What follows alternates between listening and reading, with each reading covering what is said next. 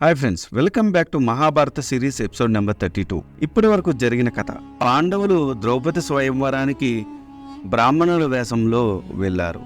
అక్కడికి స్వయంవరంలో పాల్గొనడానికి వివిధ రాజులు అందరూ వచ్చారు. మొదటిగా దుర్యోధనుడు, కర్ణుడు, శల్యుడు, జరాసంధుడు మొదలగు వారందరూ వచ్చారు. వారెవరూ కూడా మత్స్యంత్రాన్ని ఛేదించలేకపోయారు. శ్రీకృష్ణుడు బ్రాహ్మణుల వేషంలో పాండవుల్ని గుర్తించాడు. బ్రాహ్మణ వేషంలో ఉన్న అర్జునుడు మత్స్యంత్రాన్ని ఛేదించాడు. ద్రౌపది వరమాలను అర్జునుడి మెడలో వేసింది. ఇది చూసి సహించలేని రాజులందరికీ నాయకత్వం వహించాడు దుర్యోధనుడు. అర్జునుడికి, కర్ణుడికి, శల్యుడికి, భీముడికి ఘోర యుద్ధం జరిగింది. అందులో కర్ణుడు ఓడిపోయాడు, శల్యుడు కూడా ఓడిపోయాడు.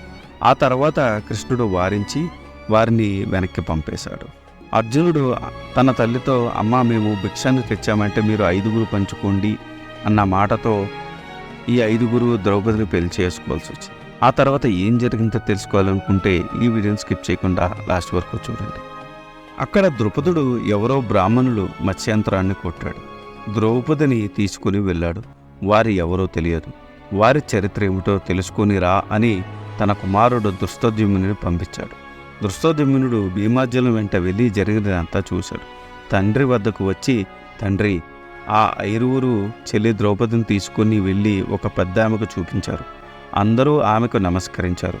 అందులో పెద్దవాడు చెప్పిన ప్రకారం మిగిలిన 4 బయటకు వెళ్ళి భిక్ష తీసుకుని వచ్చారు. అందులో కొంత భాగం బలిదానాలకు, అతిథులకు తీసిపెట్టారు. మిగిలిన దానిలో సగభాగం బలిష్ఠుడైన 2వ వానికి పెట్టారు. మిగిలిన సగభాగం మిగిలిన వారందరూ తిన్నారు. చెల్లి ద్రౌపది వారికి విసుక్కోకుండా సేవలు చేసింది. వారందరికీ దర్భలతో పడకలు తయారు చేసింది. వారందరూ పడుకొని ఏనుగులు, గుర్రాలు, యుద్ధాలు వంటి గురించి మాట్లాడుతున్నారు. వీరిని చూస్తే బ్రాహ్మణులా లేరు, శ్రేష్టమైన రాజవంశంలో పుట్టిన వారి మాదిరి ఉన్నారు అని చెప్పాడు ధృష్టద్యుమ్నుడు. అయినా ద్రుపదునికి నమ్మకం కుదరలేదు. తన పురోహితుని పంపి వారి పుట్టుక పూర్వోత్తరాల గురించి తెలుసుకోమన్నాడు. పురోహితుడు వెంటనే ధర్మరాజు వద్దకు వెళ్ళాడు. ఆ బ్రాహ్మణుడికి పాండవులు అర్ఘ్యపాదవులు ఇచ్చి సత్కరించారు. అప్పుడు ఆ పురోహితుడు, బ్రాహ్మణోత్తమ, ద్రుపదుడు ఆడపిల్ల తండ్రి కదా, అందువలన నీ కులం, గోత్రం, పేర్లు, మిగిలిన వివరాలు తెలుసుకుని రమ్మని ద్రుపదుడు నన్ను పంపించాడు. దయచేసి ఆ వివరాలు చెప్పండి అని అన్నాడు. దానికి ధర్మరాజు నవ్వుతూ, విప్రోత్తమ, మీ మహారాజు మత్స్యయంత్రాన్ని కొట్టిన వారికి తమ కుమార్తెని ఇస్తాను అన్నాడు. అలాగే మావాడు మత్స్యయంత్రాన్ని పడగొట్టాడు. మీ మహారాజు కుమార్తెని తీసుకుని వచ్చాడు. ఇప్పుడు మా కులగోత్రాలు తెలుసుకోవడం ఎందుకు?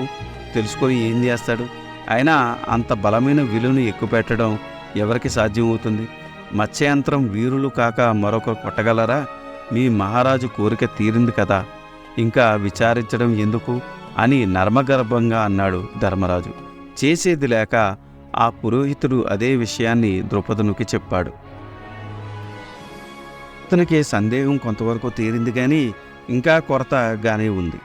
అందుకని వారిని తీసుకురమ్మని 4 రథాలను ఇచ్చి ధృష్టద్యుమ్నుని పాండవుల వద్దకు పంపాడు. పాండవులు అది చూసి క్షత్రియులకు ఉచితమైన బంగారు రథాలను ఎక్కి ద్రౌపదుని వద్దకు వచ్చారు. పాండవులకు ఎదురెళ్ళి వారికి అతిథి సత్కారాలు గావించాడు. ఎన్నో వస్తువులను కానుకగా పంపాడు ద్రౌపదుడు. కానీ పాండవులు క్షత్రియులకు ఉచితమైన కత్తులు, విల్లులు, బాణములు మాత్రం తీసుకున్నారు. ఇది చూసి ద్రౌపదుడు ఎంతో సంతోషించాడు. వారు క్షత్రియులని నిర్ధారణ చేసుకున్నాడు. కానీ వారి నోటితో చెప్తేనే బాగుంటుందని అని అనుకున్నాడు. ధర్మరాజు పక్కనే కూర్చొని, అయ్యా, మీరు క్షత్రియులా, బ్రాహ్మణ, లేక దేవతలా, గంధర్వులా? మాకు సందేహంగా ఉన్నది.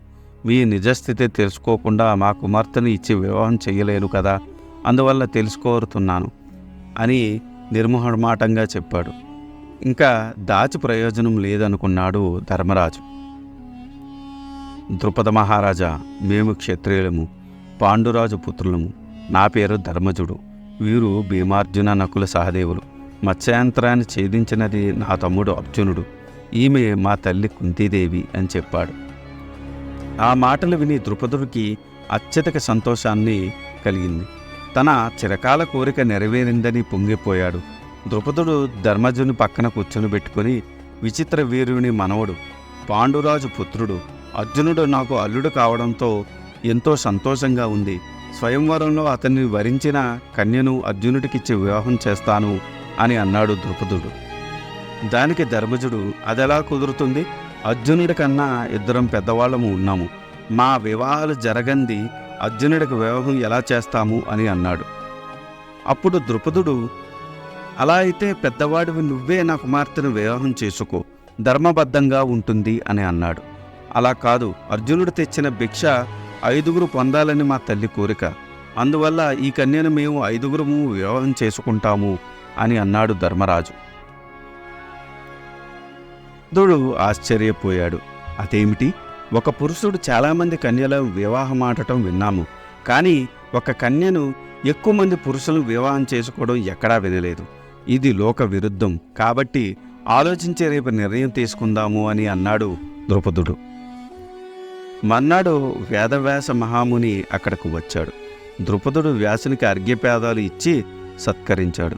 ద్రుపదుడు వ్యాసునితో, మహాత్మా, నా కుమార్తె ద్రౌపది అర్జునుడు మత్స్యంత్రాన్ని ఛేదించి స్వయంవరంలో పొందాడు. కానీ ధర్మరాజు తాము 5 అన్నదమ్ములు ద్రౌపదిని వివాహం చేసుకుంటాము అని అంటున్నాడు. ఇది లోక విరుద్ధము కదా, తమరే ధర్మ నిర్ణయం చెప్పండి అని అడిగాడు. ధర్మరాజు కూడా చేతులు జోడించి, మహాత్మా, మాట వరుసకైనా నేను అసత్యం అధర్మం పలకను. నా నోటి నుండి అలా ఎందుకు వచ్చిందో తెలియదు. నాకు మా తల్లి దైవం కాబట్టి తల్లి మాటను మేము జవదాటలేము. అదీయుగాక జటిల అనే ఋషికన్య 7 ఋషులను వివాహం చేసుకుంది. దాక్షాయిని అనే కన్య ప్రచేతసులు అనబడే 10 మందిని వివాహం చేసుకుంది. కాబట్టి ద్రుపద మహారాజా, ఆలోచించక నీ కుమార్తె ద్రౌపదిని మా 5 అన్నదమ్ములకు ఇచ్చే వివాహం చెయ్యి అని అన్నాడు. ఇరువురు వాదనలు విన్నాడు వ్యాసుడు. కాసేపు ఆలోచించాడు.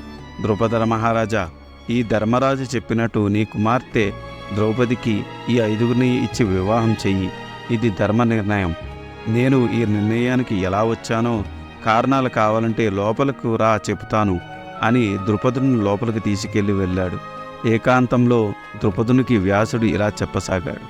ఇప్పుడు తెలుసుకోవాలనుకుంటే మీరు నా నెక్స్ట్ వీడియో కోసం వెయిట్ చేయాల్సిందే.